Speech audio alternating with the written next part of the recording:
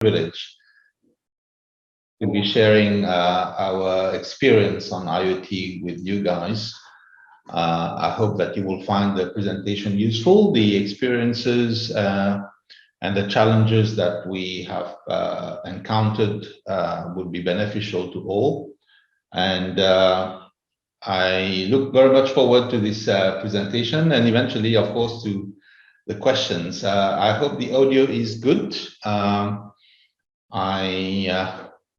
If there's no feedback to the contrary, so I'm going to just share my screen. Perhaps just before I share my screen, let me just introduce myself. My name is Padayatchy. I'm the managing director of Cybernaptics, an IT company. I must say that for me, IoT is not just a job, but also a passion. I consider myself a technologist at heart. I love to use technology to solve problems, and IoT is a modern, I would say. It's a technology that has been. It's not modern in the sense that a lot of the components have been around for a while, but because of the internet and because of the decreasing cost of hardware and the availability of both hardware and software tools, the technology now has become very affordable and very easy to deploy. So this is, I think, a revolution in our field, and it's going to accelerate. We can expect to see IoT being ubiquitous in society and penetrating or affecting all different areas of economic life. So with that, I'm going to share my screen. Just give me a second.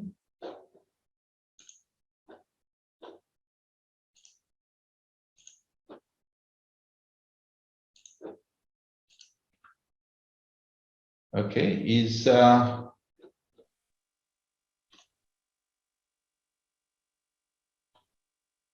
my screen visible? Yes, we can see your screen. Okay, great. So let me get started. I understand I have 1 hour. To be honest with you, I haven't actually timed this presentation very accurately, so I hope I'm going to be within the hour. If not, I might have to rush certain slides, and I certainly want to leave enough time for questions. To start, I would like just to show you the agenda for today. Brief introduction of Cybernaptics, who we are and what we do. Then we'll go straight to the case studies and the various industries where we have implemented IoT solutions. The general consideration of an IoT architecture for a deployment in a commercial environment. The data handling aspect of IoT. In IoT, you are generating and recording a lot of data. What do you do with that data? That is ultimately, that's the ultimate objective of implementing IoT. And some practical challenges that relating to problems that we have encountered and things that we need to pay attention to. And of course, questions at the end of the presentation. What is Cybernaptics? Who we are? I always like to say that Cybernaptics, we are one big family. We tend to spend more time with our colleagues at work than with our own family members sometimes. And as you can see, it's a company with a lot of young parents with little children. I'm the oldest one in the team, and it combines people of different backgrounds and different experience. So I like to describe the company in terms of 4 main areas of activity. IoT is a discipline of I think that merges IT skills with electronic and electrical engineering skills, and I think it's a beautiful discipline in the sense that people from different backgrounds come together to design solutions. And we are lucky in Cybernaptics that we have the essential components of expertise to be able to design such solutions. So the IT managed services consist of people in the support and maintenance area. We have the network engineers, the technicians, the cabling and contracting specialists for installation. The IT infrastructure team is essentially the hardware guys, the hardware resources. IoT involves software development skills. You need to have people who can develop the right software or scripts to handle the data, to reproduce, to sanitize the data and to use the data analytics tool for basically, making sense of all that information that you're collecting. And of course, the business application and consulting team who actually are involved in the business requirement analysis, designing the dashboards and the visuals that eventually would be implemented by the developers. So really what I want to say is that IoT draws on a set of complementary skills. You have to have the hardware and the software skills in order to design solutions. So what are the industries and the various case studies that we're going to show this evening? Of course, this is not comprehensive. I've taken examples from certain areas of industry that we've had experience implementing projects, but it's by no means an exhaustive list, and there's so many different applications of IoT that you're only limited by your imagination. But for the purpose of this presentation this evening, I'm going to show you examples of deployment in manufacturing, smart agriculture, smart cities, in the utility sector, property sector, and warehousing. So warehousing in terms of logistics and transport. So first of all, in manufacturing, I'll describe a case study where we implemented a solution for object counting. Now, this is a requirement that pops up in many areas of manufacturing, where there's a need for counting, finished goods. They can be beverage bottles, they can be packages, they can be boxes. And you can imagine that you have a steady flow of objects moving on a conveyor belt, and very often there is a need to actually count production at this stage. So there might also be the need for counting and recognizing objects, where you might combine the technology of object sensing with something that would identify the product, like maybe a QR code or maybe an RFID tag. We'll come to that later on in the presentation. But in that particular case study, the objective was to monitor the production line, and also to use that information to build various productivity dashboards for the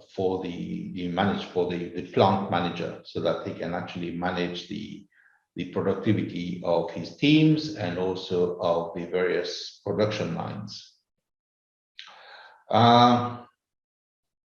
So this is the kind of like a summary of the whole project in the form of a case study. The client in question here was Lafarge, which is a cement distributor in Mauritius. It's a large international company, well known, specializing in construction cement material, ready-mix concrete, and pre-mix concrete. So they have a packing facility in Mauritius where they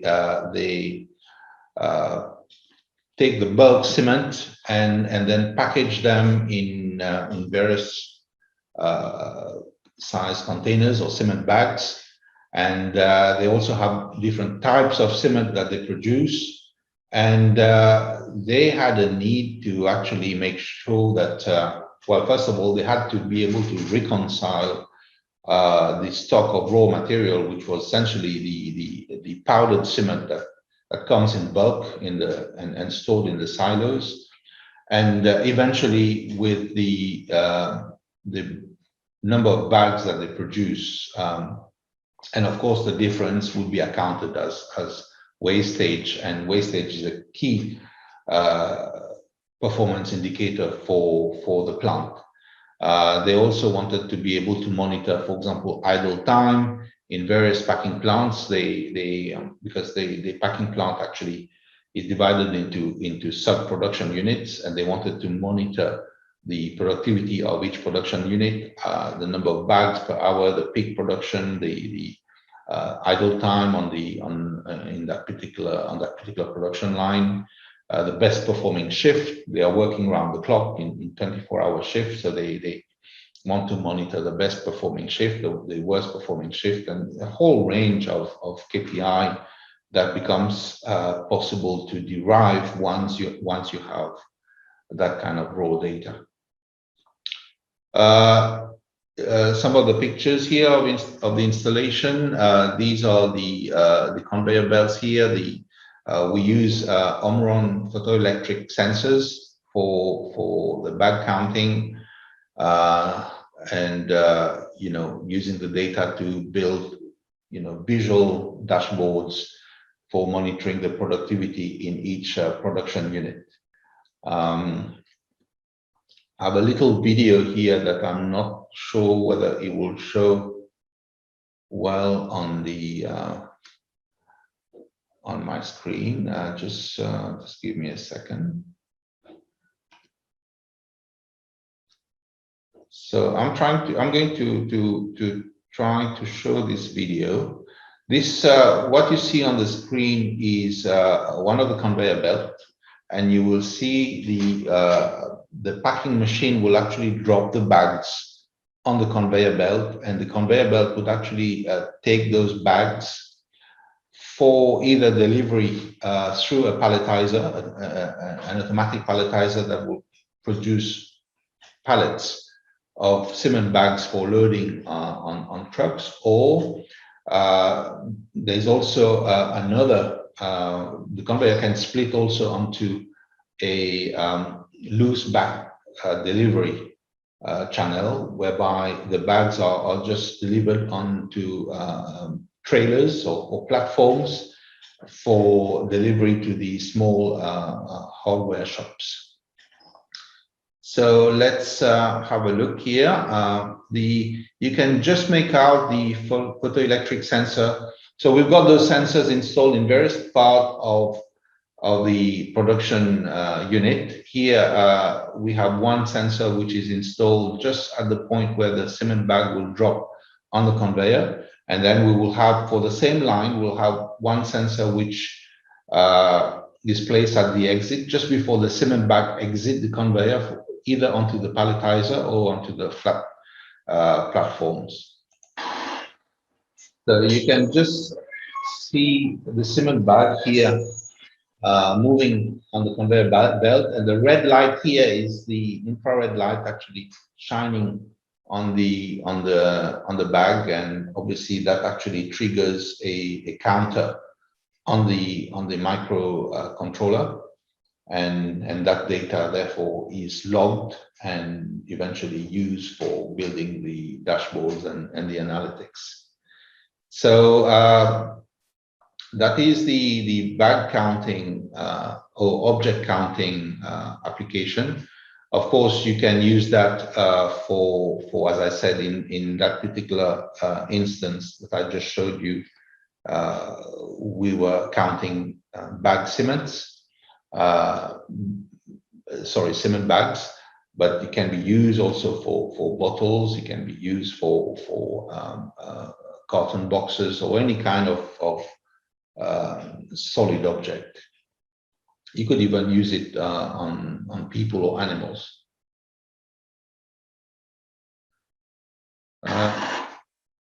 The second case study I want to show is this smart city case study. The smart city project in Mauritius is a development project which essentially combine urban living with a set of facilities, where people can work, can study, and play, and relax. And the whole environment is designed to promote healthy living and, with due consideration for the environment, and where smart devices are used for overall just improving people's life, or for making management of such an urban environment easier and less costly. So that's the whole idea of the smart city. So typically you will have in the smart city area, the one that I'm showing you is the Mocha Smart City. Mocha is a region of Mauritius which is almost bang in the center of the island. It's very green, and what I'm showing you on my screen is the development plan of the smart city. So it combines a big shopping mall called Bagatelle here in Mauritius, which is a very popular shopping mall. It's got business centers, and it's got sports facilities. It's got the planning for schools, residential apartments. So it's basically a self-contained area where people can live, work, play, and relax and study. So within that smart city area, the developer is planning to deploy a whole range of smart devices.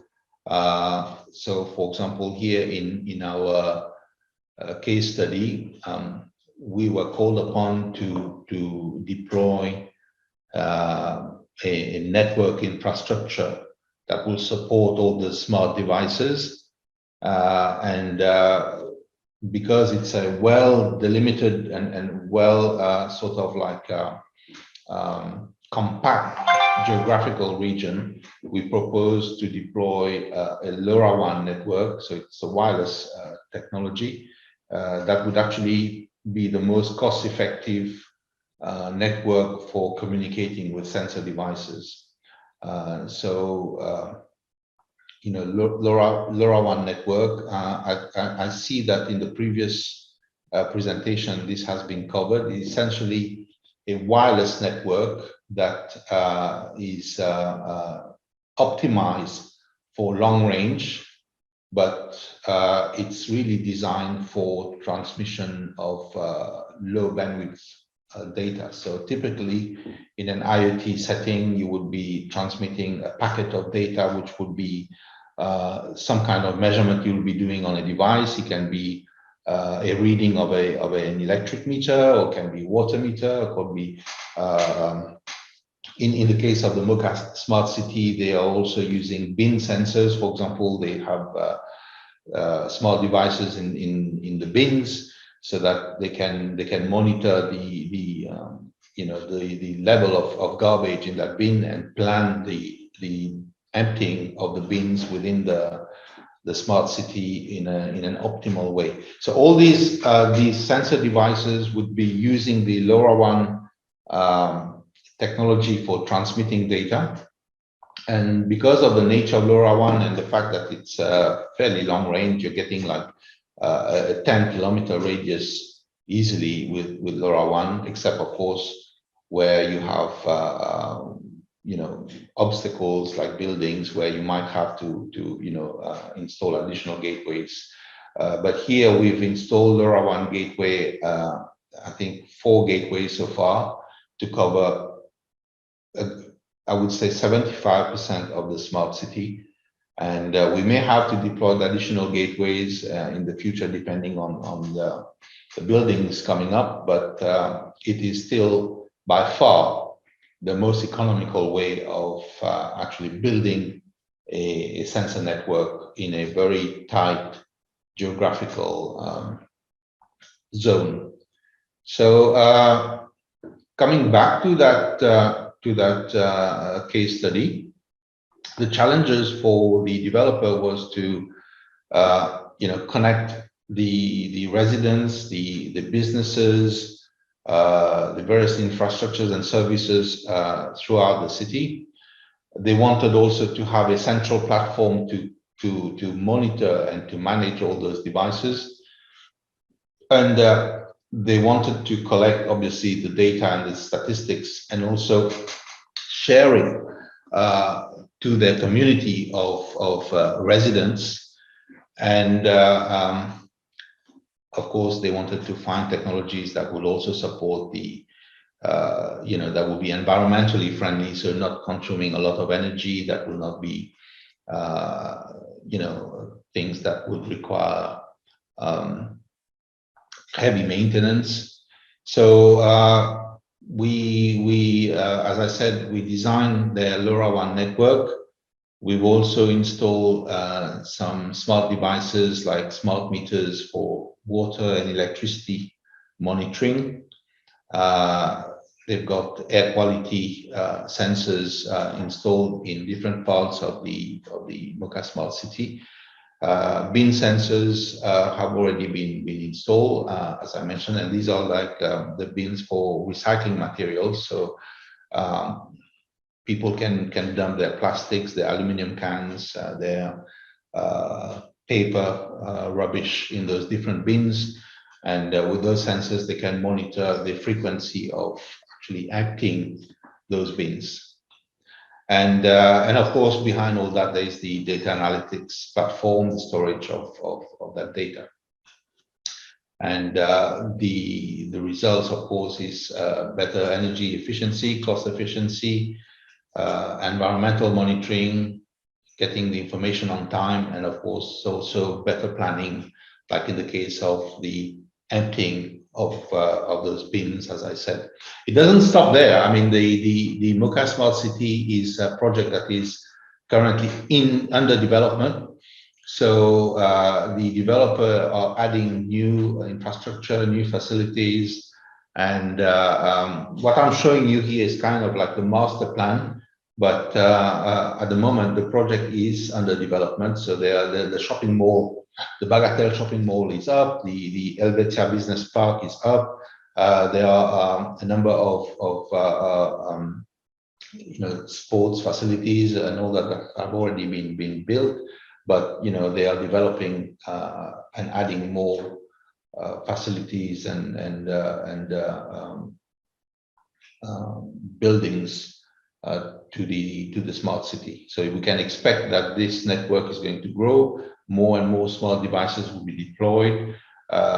Things like, for example, even parking sensors will be installed at some point. So they will be able to monitor online on a dashboard the parking occupancy. That information can then also be shared with the community. For example, you can imagine that there might be a community of entrepreneurs or young developers who would be willing to develop an app to consume those data and show, for example, parking availability in the different parking zones. So this actually creates, it should support the development of an entire community, which are involved in IoT work. Another area where we've deployed IoT solutions is in agriculture, and especially indoor agriculture, where there is a need, for example, in greenhouses to monitor certain parameters like temperature, humidity, pH, even water quality. For example, you might want to monitor the salinity of water, where this water is coming from boreholes near coastal areas. Mauritius is an island, and for boreholes near the coastal areas, there is always the possibility, especially during the dry season, where the water level drops, there is an increased seepage of seawater into the fresh water, which changes the salinity, and therefore there is a need to monitor that as well. And of course, once you have the data, you can better manage the infrastructure. You can adapt, for example, your irrigation policies, according to, for example, the humidity of the soil. Temperature is, in the case study that I will show you in a minute, is actually a very interesting one. And, of course, you can also trigger certain responses based on the environment monitoring that you're doing. For example, let's say if you're monitoring temperature in a greenhouse, and the temperature reaches a certain threshold in, let's say, in summer, then you might want to trigger, for example, you might want to switch on certain fans, extractor fans, to reduce the temperature within the greenhouse. Another time when labor is getting more and more expensive, you want to try to automate things as much as possible so that you can, you can still produce food at an affordable cost. So the case study I want to share with you here is the Mauritius Sugar Industry Research Institute. Sugarcane is still a big element of our local industry. It used to be very important. It has reduced in importance now, but nevertheless, if you come to Mauritius, you will see that a good chunk of the island is still covered in sugarcane. And this institution, the Mauritius Sugar Industry Research Institute, or the MSILI, operates under the Mauritius Cane Industry Authority, and they conduct agronomic research in the field of sugarcane. And the gentleman you see on my screen is Dr. Ghulam Badalu. He's a senior research officer at the MSILI. We've been working with his team to deploy temperature sensors in the sugarcane breeding cubicle. So what you can see on the screen, Dr. Badalu is actually holding a stalk of a sugarcane flower. And the interesting thing that you should know about sugarcane is that the male flower is very sensitive to temperature range. So the fertility of the male flower is severely affected by temperature and humidity. And therefore, it is very important during for the breeding experiments that they monitor this range and take appropriate action in case there are any departure from the tolerable range of temperature that they need to promote fertility. So in this particular cubicle that you see, Dr. Badalu is holding the stalk of sugarcane flowers that have been selected for breeding. It's an enclosed space, so we've got temperature sensor installed in each of those breeding cubicle, and it's recording temperature continuously, of course. So that is the case study here. The services that were provided was the installation of IoT monitored greenhouses using temperature sensors, and of course then collection and storage of that data and the reproduction of that information on the data analytics platform for the researchers, and also the trigger of alerts in case there is a departure of temperature either below or above a certain threshold during the breeding experiments. So they have a plan to introduce additional sensors in that greenhouse, because apart from temperature and humidity, as I mentioned, they also need to monitor the amount of light, of sunlight, because also, as I understand, that impacts on the yield of sugarcane seeds. The sugarcane breeding experiment is a very long process that actually take place over 7 generations. So that would span 7 years, where seeds are I mean, the sugarcane plant are selected. The parents are selected for certain characteristics, and then selectively bred over generations so that they actually yield an offspring that has the ideal characteristic that they are looking for. It could be like sucrose content for sugar. It can be resistance to various pathologies like diseases. They can be selected also for their fiber content, because of in Mauritius we have cyclones, and they need to have a certain amount of mechanical strength to resist wind of a certain speed during cyclones.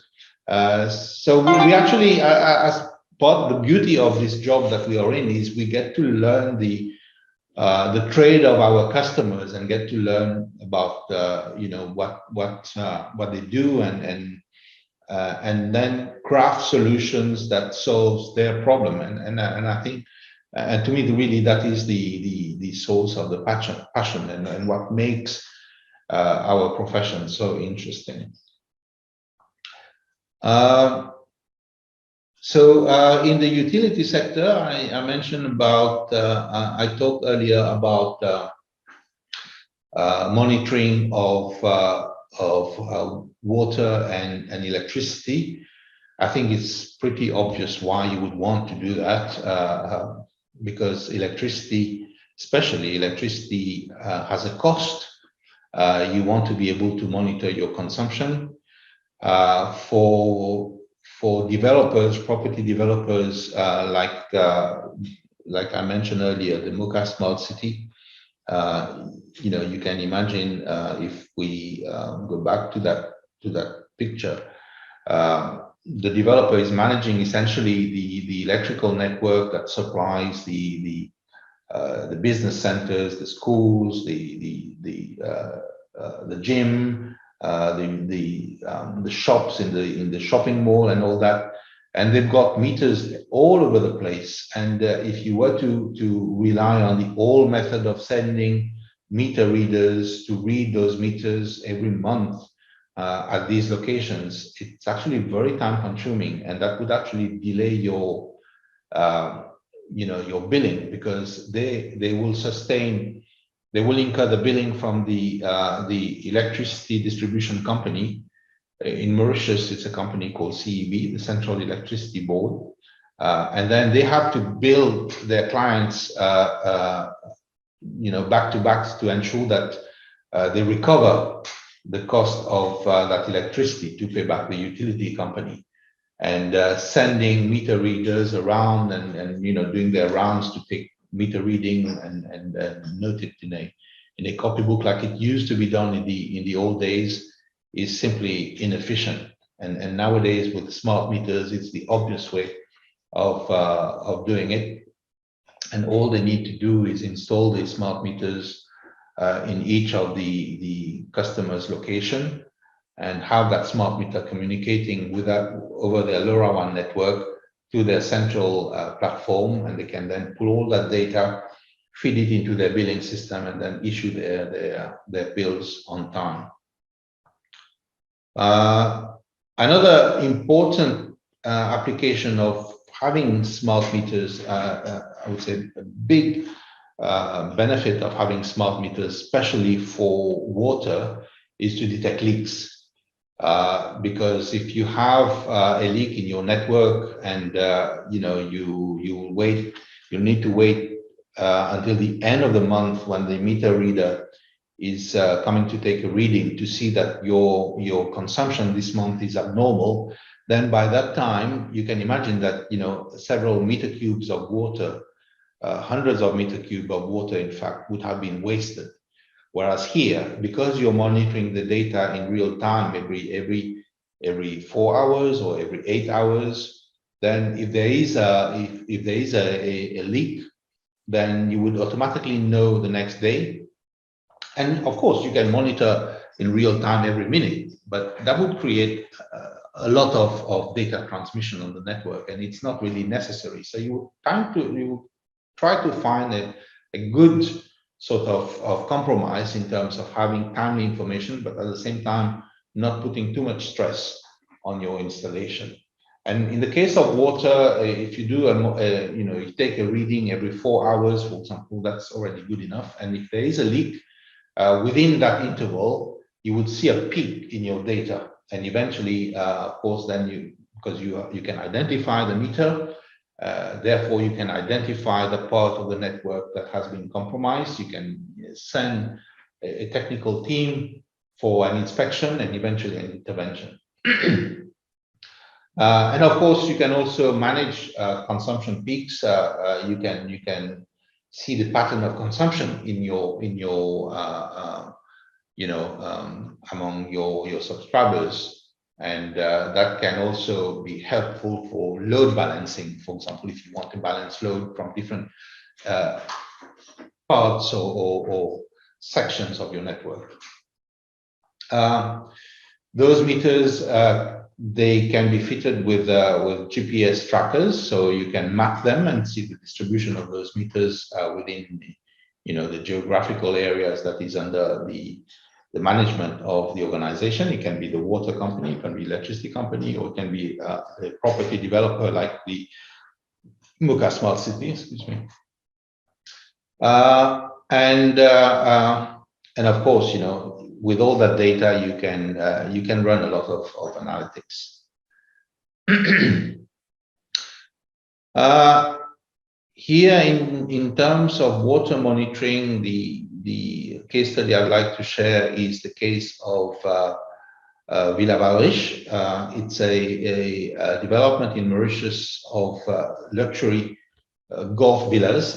It's set in the south. It's a beautiful setting in a place called Bellon in the south, and it's a number of luxury villas with a golf course, and the company that manages those villas, they actually have to supply them with water and electricity on a obviously round-the-clock basis, but the water that supply those villas are actually coming from a reservoir that is based on the mountain, and it's not very practical for them to monitor the water level manually using those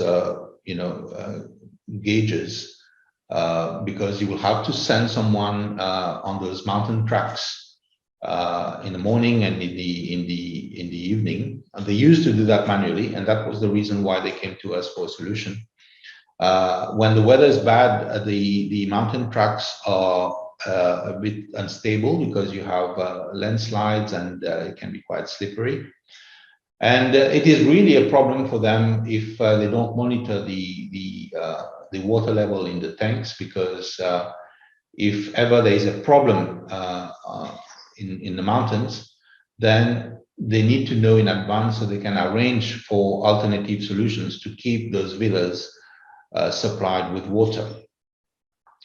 So the solution there was to install fuel sensors, water level sensors, and obviously because it was in the mountain, then it had to be an off-the-grid solution, so which means that it had to be autonomous in terms of power and telecommunication. And in the case of the Valrish villas, we use the system was powered by a 20-watt solar panel and a lithium battery, and we use the cellular network for transmission of data. It was not worthwhile to install LoRaWAN in that particular setting because there was no need to have so many, the water tanks actually located somewhere on those mountains, and there's no need actually to install LoRaWAN gateways to connect so many sensors. We found that just using the cellular network was the most cost-effective solution. So that's the thing about application of IoT in industry, because you always have to keep thinking about the economic aspect, the cost aspect, because you want to minimize the investment for the customer. You don't always want to sort of like apply the same standard technology everywhere, because different customers have different needs. These are some of the pictures of water level monitoring installations that we've done. Here, what you can see here on the left, top left corner is the team installing the sensor in a borehole, because those sensors can monitor water in the tank, or it can also monitor the underground water level in a borehole. Then once the probe is installed, you have to calibrate it. On the top left, sorry, the bottom left, you can see the solar panel being installed in the water tank. That's the water tank that is supplying the villas at Valrish. And on the right, you can see the probe, the water level probe that we're using. And the same probe can actually be used for, excuse me, monitoring fuel. It's a probe for monitoring hydrostatic pressure of a liquid in a container. So that liquid can be water, can be fuel, it can be heavy oil. As long as it's calibrated properly, you can actually monitor any kind of fluid. I'm just keeping an eye on the time. May I just ask the moderator here? I'm actually reading that I've got 12 minutes left. Is that correct?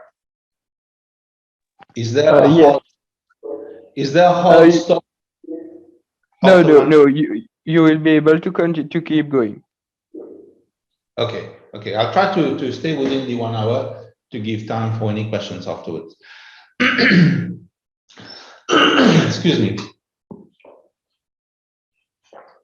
I mentioned warehousing in the field of supply chain and logistics, and here we come to the use of RFID tagging, which is also a key service area for us. It's an area where we have quite a lot of expertise in terms of application of those of this technology within the supply chain industry. We use RFID just like we use barcodes, for example, for tracking inventory, for cutting down the time it takes to carry out inventory in a warehouse. We can use them to prevent theft and loss. We can also use RFID, for example, to track movement. For example, you might want to monitor the movement of a particular item of inventory across maybe a gate or a door or a docking bay. You might want also to locate the products, although that's a little bit tricky with RFID in a warehouse, because a warehouse is usually equipped with warehouse racks. which you can see in the picture there, and those warehouse racks, they have a very bad property in the sense that they act as a Faraday cage. So they have the tendency of actually acting as a barrier to radio frequency waves, and RFID relies on radio frequency waves, as you know, and therefore it means that you cannot.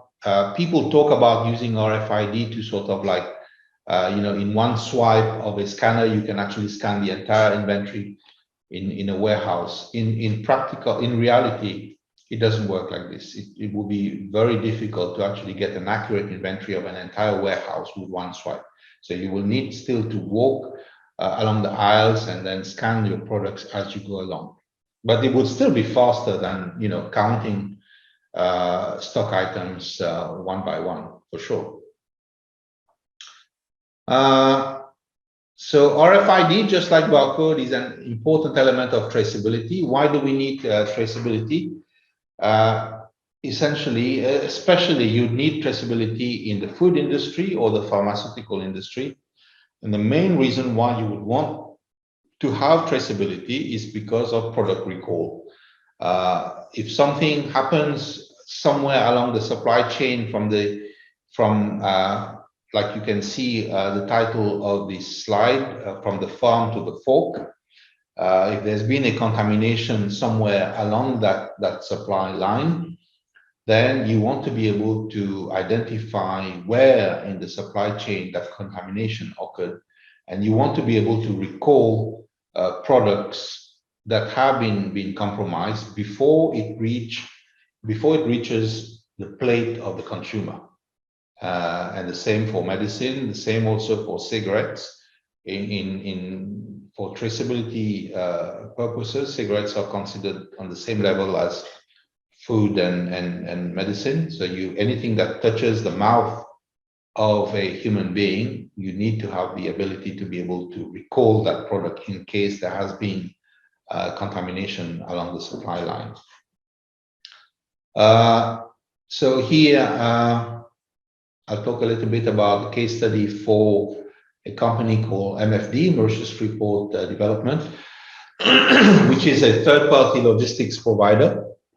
They provide warehousing and transport services for various operators in the trade industry, and obviously they require traceability solutions to manage those enormous warehouses that exist in the Freeport of Mauritius. We have about 28,000 square meters of warehousing that need to be equipped with RFID and barcode scanning technologies, and of course the network infrastructure that goes with it in terms of wireless equipment and the scanning devices that the operators would need to use. Here, I would like to share an interesting study that we are doing still for MFD for their food storage, fish storage activity using RFID. Now, those fishes that you see here on this picture, they are tuna fish that are used for canning, for the canning industry. And they are normally stored at minus 20 degrees C. You also have on the island a particular category of tuna fish which is aimed for export to countries like Japan for the sashimi market. These are like for the raw fish market that the Japanese love. And for that particular kind of fish, the condition of storage is even lower. That's actually at minus 40. So these cages, those metal cages, they move in and out of the cold store, and they are used for delivery to the factory, and they will be emptied at the factory and then returned back to the warehouse operator, so where they are clean and they can be reused for storage. And the challenge here was to use the appropriate RFID tag for tagging those bins. RFID technology exists in two different forms. We have the active form and the passive form. The passive one is using a UHF frequency, which is around 860 megahertz. For the active form, they would be using essentially microwave, like 2.4 gigahertz or thereabout. The active form, the active tag would be internally powered, whereas the passive tag doesn't use any power. So basically it gets energized once you scan it, and they use the radio frequency that you're shining on them. There's a chip inside that gets energized and therefore radiate back that encoded information from the tag back to the scanner. The difference, of course, is that the passive tag has a much shorter range than the active tag. In that particular case, and also I need to say that the passive tag is much cheaper and it's lower maintenance because you don't require a battery. The active tag would have those flat, round lithium batteries that powers them.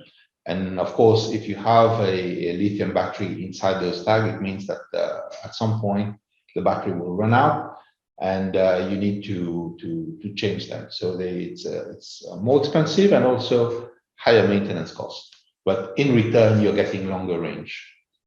Now here, the challenge also is the fact that, as I told you, those fish bins, they are stored at minus 20 degrees in a cold store, and then before delivery to the factory, to the canning factory, you will need to take them out, and you have a thermal shock, because they will be essentially moving from an environment where the cold store temperature is at minus 20.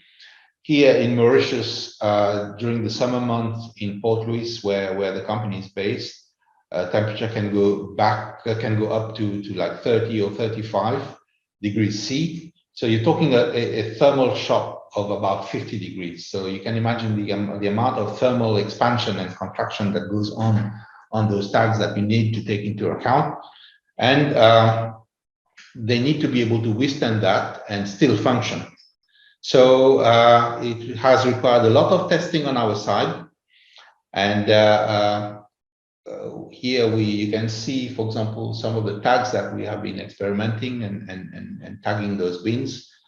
So you need to use some mechanical form of fixation here. You can't use screws or glue because those bins are submitted to a punishing treatment, really, because they are emptied and tipped, and then they are cleaned on a regular basis. And the way they are cleaned is they use high pressure water cleaners. They are cleaned actually at 10 bars of pressure, which is a huge amount of pressure that would be applied on those tags.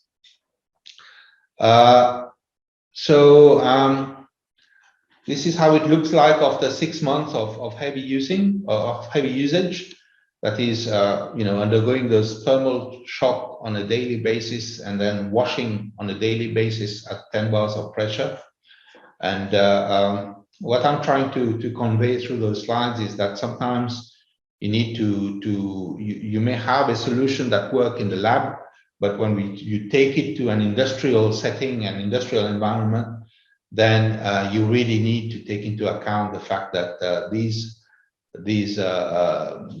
that technology can be subjected to some very extreme treatment, and therefore it has to be able to withstand that. Otherwise, the technology will work for a few months, and then after that, it will just stop. RFID is also used in asset tracking. We use that a lot for tracking assets. Those assets can be anything ranging from, for example, they can be chairs, they can be conference tables in an office, they can be pumps or generators or any kinds of assets that the company needs to keep track and need to account for. And using those RFID tags is a great way for tracking those assets and for managing them. And of course, for relating those assets to some kind of back office maintenance system. You can imagine, for example, in the case of pumps or generators, these are subjected to frequent field inspection, and there must be someone, usually the facilities manager, would be responsible to ensure that those assets are properly maintained, and field inspection reports are regularly filed when and as required. So since there's no hard stop, I just want to finish off with a couple more slides here. What are the architecture considerations for industry? I know that you've already got good coverage of the theoretical background in terms of network architecture, in terms of the physical layer, the application layer, and all that. But here, what is important to take into account when you actually translating that into a commercial or industrial solution, you need to take into account any existing infrastructure at the client's premise, the cost of that infrastructure, and also the ease of deployment. Typically, on the network side, the physical layer, they can be, as I explained, a radio network like LoRaWAN. We can be using the GPRS or the 3G or the 4G network. Really, the 4G for IoT is overkill because you don't need that kind of bandwidth. GPRS is just fine. And in the case of Mauritius, we've got coverage over the whole island. In the case of Valriche in the mountain that I showed you in the south, in an area called Bellon, we got perfect GPRS coverage, and that is all that is required, because we are transmitting actually a data packet of about 30 bytes every I think it's every 30 minutes using a cellular modem. And again, the transmission frequency is controlled because of you want to save on the battery power. You don't want to run your battery down. We've sized it in such a way that we can operate in the south, in Bellon, with even if we've got a cloudy sort of an overcast sky for 72 hours. So we've got quite a lot of autonomy. It's only if it's been cloudy over 72 hours that the voltage of the battery drops to such an extent that the whole equipment goes in a sleep mode, and then it will wait until the sun comes back out again. We charge the battery, and then it will start operating. So 72 hours is a pretty comfortable sort of like buffer, because usually in the south it might be cloudy for a day or two, and then eventually the sun comes back out. But if necessary, if you really want to transmit a lot of data, you might want to use 3G or 4G.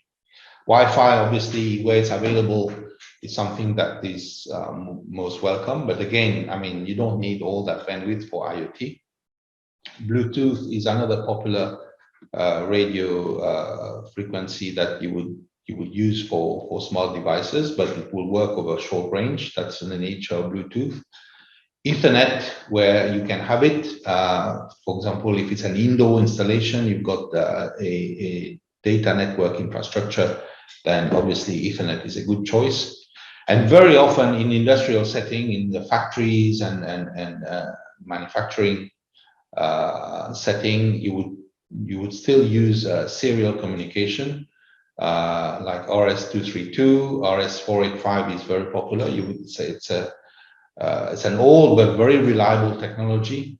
For smart metering, you would tend to use Modbus serial communication, and many smart devices now would be using I2C serial communication, where you can actually daisy chain those devices onto the same data bus for eventually connecting to your microcontroller. So all of these, I would say, technologies have their pros and cons, and you also have to analyze what would be best suited for the client's own environment, and also there's the cost aspect that you need to take into account. You know, for example, in the case of Mocha Smart City, where eventually they might end up with thousands of sensors in the bins, in the parking, in the water meter or electricity meter, then you don't really want to be using cellular transmission for all those devices, because each device potentially might be a SIM card. The SIM card is expensive. You know, you would need to take a data package for each of those devices. And over 1,000 devices, you can see that it can add up pretty quickly to a sizable budget. So LoRaWAN then obviously is by far the most obvious and cheapest way way forward. Another consideration, as I mentioned earlier, is power, whether it's an on-grid or off-grid installation. If it's off-grid installation, then you would probably need to be going with some kind of battery-powered installation.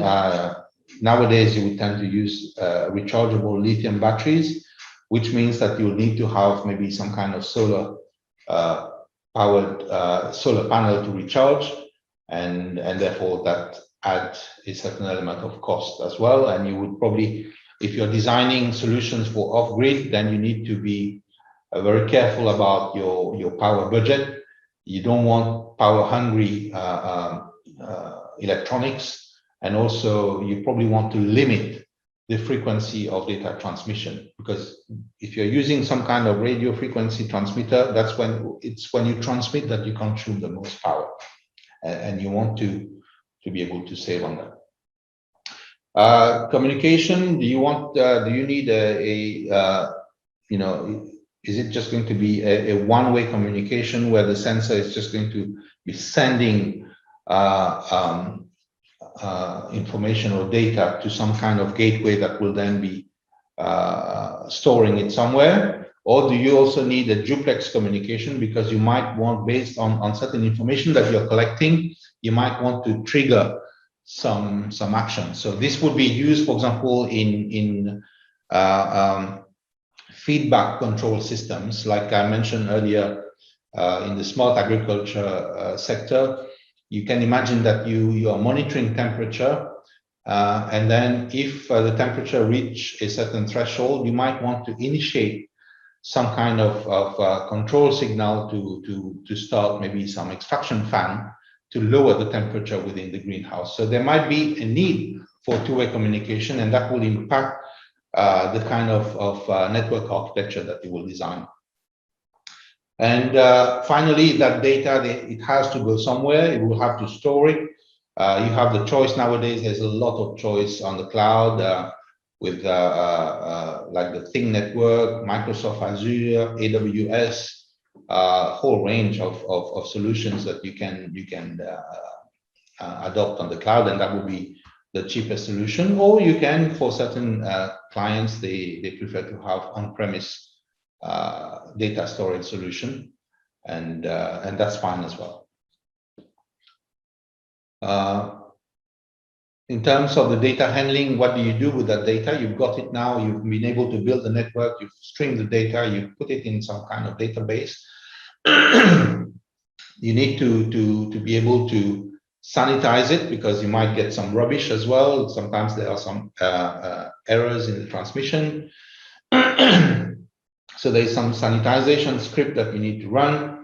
Of course, you need to store that data, and eventually the whole objective of collecting data is to actually render that data in some form of visual data analytics, and design some dashboards or some KPI that is useful to the end user. Finally, what are the challenges? The challenge that you need to take into account is, how do you transition from a prototype to an industrial solution? Designing something in the lab, I would say it's quite easy compared to the challenge then of scaling that an industrial solution, because there are all kinds of practical problems that you will face and that you need to be prepared and find a solution for. Just as an example, I can show you, for example, here we got ant invasion in one of our installation, and upon inspection you can see the mess that ants have created inside, and of course it poses a fire risk and also short circuit risk and damage to the electronics. These are kind of practical problems that we need to take into account. So if you are deploying a solution, especially if it's outdoors, you need to take into account corrosion, pests, and water seepage. You need to go for maybe IP65 rated enclosures and make sure that your electronics also are ruggedized. In the commercial environment, investment is obviously always a key consideration, because the client has a budget. He can only spend up to a certain amount, and also the benefit of getting the data, of actually using that data for the customer, has to be such that it outweighs the capital outlay initially that is needed to invest in that installation. You also want something that is not heavy maintenance. For example, if you've got some installation installed off-grid somewhere in the mountains, it's not practical to be sending a team of technicians from time to time frequently to maintain it, because it's costly. And of course, training, you need to make sure that the devices or the solutions that you design can be easily installed, especially like in our case, we've got an office in Nairobi in Kenya. We are also going to be having an office in Togo in West Africa. We want to be able to scale our solutions in such a way that if we get a third-party installer in Togo or Ivory Coast or wherever, then it's easy for them to actually, with a basic set of instructions, to install and commission the installation with minimum trouble. So with that, I think I'm done, and I'll invite questions. So I hope that you found this presentation useful. So yes, we've got our first question from Khalid, who have asked, how do you deal with the challenge of powering all sensors when they are deployed in the field? Example, water utility. Is the grid always on, or do you use solar on each sensor? Well, it depends. If you are in an environment where there's no power at all, then the obvious solution would be to go for solar power, or if you can't go for solar power, or for cost reason that you can't add the cost of solar panels, then you probably go for just batteries. But then if you can't recharge them, you'll have to change the batteries, and that adds to the maintenance cost. But solar power and lithium battery would be the ideal solution for deployments in areas where you have no electricity at all. But in areas where you have electricity, then you can tap into the electrical network. And if your installation cannot tolerate, for example, downtime, then what you can do is, just pass it through a power bank and power your electronics from the power bank. So which means that, the power bank is like acting like a mini UPS, and it will give you, I don't know, maybe half an hour or 1 hour of autonomy until power comes back.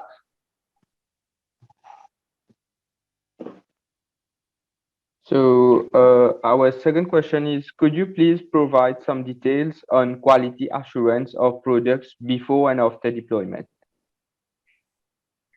Well, quality assurance is usually carried out, first of all, before you deploy your solution. You will have to identify your success criteria, right? Because that solution is being deployed for a customer, and the customer would normally define his or her requirements. So your success criteria would be to meet those requirements. And after installation, there is a commissioning process whereby the customer will certify that what you have delivered is actually conform to the initial set of requirements. And then there's the period of warranty where you will have to ensure that the installation is fully covered by your warranty. And therefore, it is in your interest to make sure that the components that you're using, the equipment or the software that you are writing can stand, the operating conditions in which you have made that deployment. Our next question is, what are some examples of microcontrollers used in the industry for the projects? We use Advantech microcontrollers. We use also a ruggedized version of Arduino. It uses the same processor of the Arduino, but it's ruggedized in the sense that the electrical components are designed to withstand higher operating voltage, because in the industrial sector, you tend typically to deal with 24 volts DC, and you would tend to choose a microcontroller that would allow you that will have enough power to switch on or off industrial relays, for example. So you can't really use Arduino per se, but there are microcontrollers that would be using the same processor, but have been sort of conditioned for an industrial deployment. We don't use Raspberry Pi for any IoT deployment in this industrial setting, because simply we find that the Raspberry is just not ruggedized enough, and in certain areas you don't really want to deploy something that's got a complex operating system running on it. In the case of the Raspberry Pi, it's running on Linux. You prefer to use a microcontroller that has got a much more basic operating system, so that the microcontroller will not hang or have any kind of malfunction, because the microcontroller itself has a very simple role. Usually it will be either to collect data and relay that data to some network transmitter, or it might be triggering some simple actions based on certain conditions. So we tend to keep the logic on the microcontroller very simple, and we avoid any microcontroller that uses some complex operating system. So the Raspberry Pi, although I see it being deployed in a prototype setting, it's fine, but I would certainly not recommend it for an industrial deployment. Our next question is, Cybernaptics has installed 4 LoRaWAN gateways, which provide 75% network coverage of Mocha Smart City. However, LoRa is based on line of sight. What is the height of the gateways for the latter to provide this coverage? Well, we tend to, of course, it's a radio, it's a gateway that relies on the radio network, so we tend to install it on the tall buildings. So, for example, in Mocha Smart City, you will see the gateway. For example, if you pass near the Price Waterhouse building, next to it there's a building called the Dot. There will be a LoRaWAN gateway there, and there are gateways installed on other buildings as well. But yes, we tend to choose a point of elevation, usually on the tallest building in the various areas. Our next question is from Vikash, who have asked, smart cities, like its name suggests, is a big innovation, and it spans a wide variety of use cases, from water distribution and traffic management to waste management and environmental monitoring.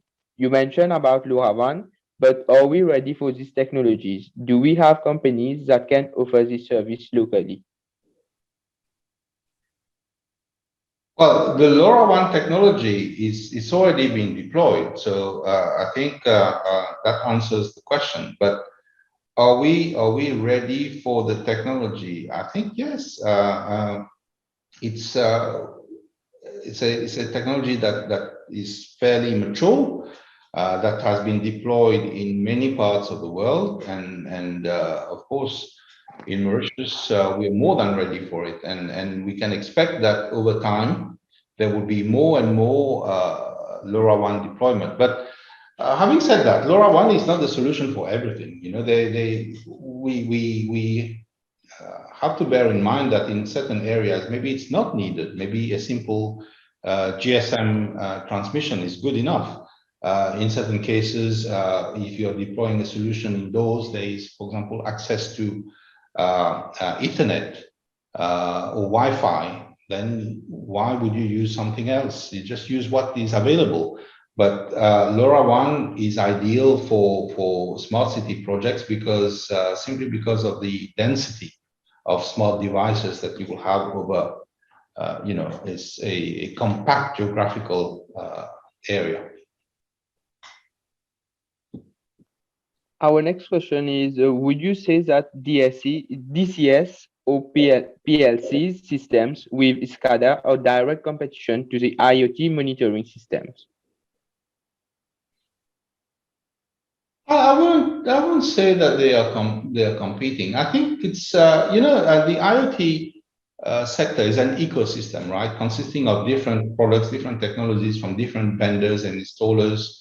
For example, ourselves, Cybernaptics, we consider ourselves vendor neutral in the sense that we pick whichever is the appropriate technology for a particular solution. We are first and foremost system integrators. So, for example, for certain applications, like we use Advantech, for example, in the case of Lafarge, because it works very well. It's a proprietary technology, and it suits the job.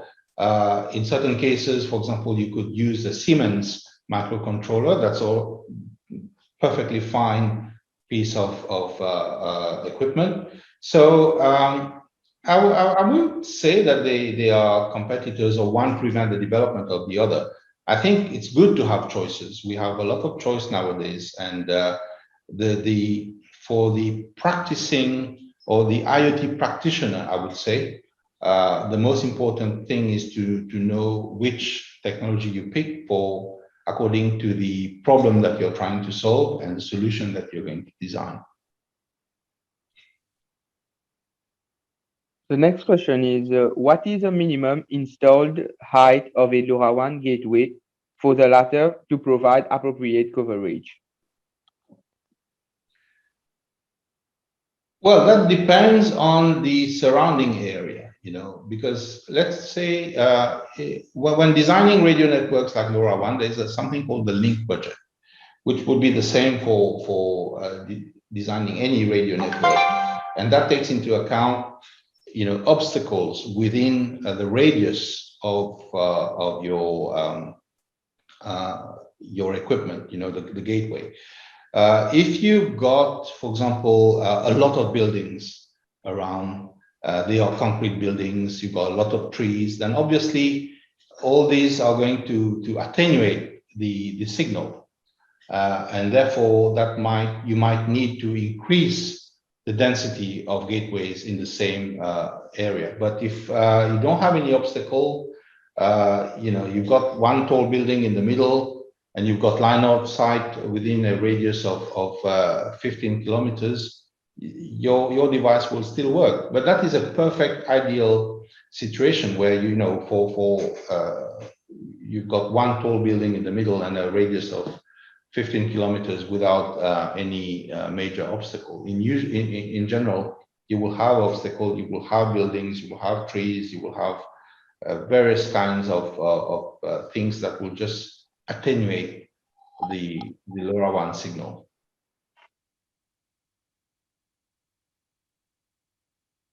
I guess this was our last question of the session. If anyone got any question, you may please type it on the chat or the Q&A section.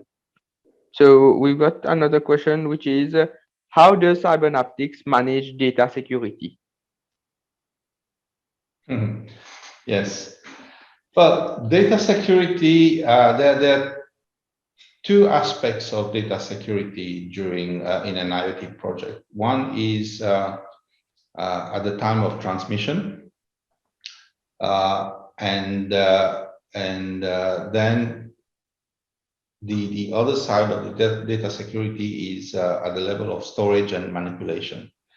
So on the transmission side, you the standard practice is use encryption if necessary, depending on the nature of the information that you're collecting. You know, if you are recording, for example, a temperature in a greenhouse, then it's very unlikely that there is a security concern over that kind of information.